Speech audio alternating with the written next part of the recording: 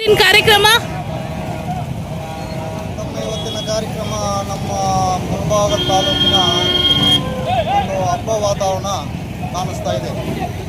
ಅತಿ ದೊಡ್ಡ ಕಾರ್ಯಕ್ರಮ ನಮ್ಮ ಸನ್ಮಾನ್ಯ ಆದಿನಾರಾಯಣ ಅವರ ವತಿಯಿಂದ ಈ ಎಲಿಮೆಂಟ್ ಕಾರ್ಯಕ್ರಮ ವಿತರಣೆ ಆಗ್ತಾ ಇದೆ. ನಿರೀಕ್ಷೆ ಒಂದು 20,000 ಅಂತ ಇತ್ತು. ಇವತ್ತು 30,000 ಆದರೂ ಕೂಡ ಜನ ಇನ್ನೂ ಜಾಸ್ತಿ ಬರ್ತಾ ಇದ್ದಾರೆ.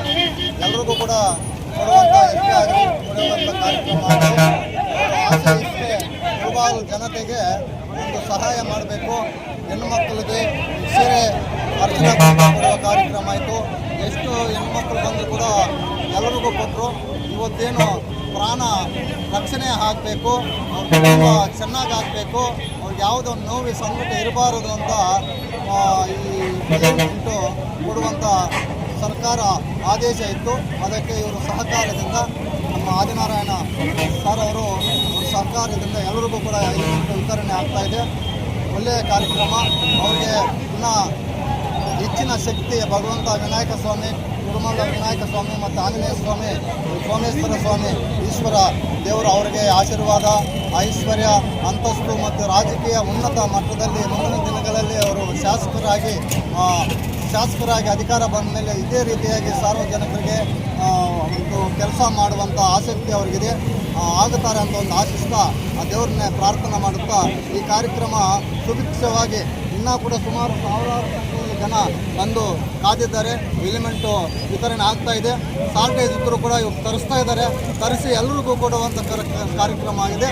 ಅವರಿಗೆ ಆ ಧೈರ್ಯ, ಅದರ ಶಕ್ತಿ ಭಗವಂತ ಕೊಡಲಿ ಅಂತ ನಾವು ಆಶಿಸ್ತಾ ಇದ್ದೀವಿ. ಇದು ಕಾಂಗ್ರೆಸ್ಸು ಕೊಡುಗೆ ಅಂತ ನಾವು ಅನಿಸ್ತಿದೆ. ಯಾಕಂದರೆ 5 ಗ್ಯಾರಂಟಿ ಕಾಂಗ್ರೆಸ್ ಸರ್ಕಾರದಲ್ಲಿ ನಮ್ಮ ಸನ್ಮಾನ್ಯ ಸಿದ್ದರಾಮಯ್ಯ ಸಾಹೇಬರು ಮತ್ತು ಡಿ ಕೆ ಶಿವಕುಮಾರ್ ಆದೇಶದಂತೆ ಏನು 5 ಗ್ಯಾರಂಟಿಗಳು ಇದೆಯೋ ಅದೇ ರೀತಿ ನಮ್ಮ ಮುಳಬಾಗಿಲು ತಾಲೂಕಲ್ಲಿ ಇನ್ನೊಂದು ಗ್ಯಾರಂಟಿ ಸೇರಿಕೊಂಡು ಅದು ಕೂಡ 6ನೇ ಗ್ಯಾರಂಟಿ ಆಗಿದೆ.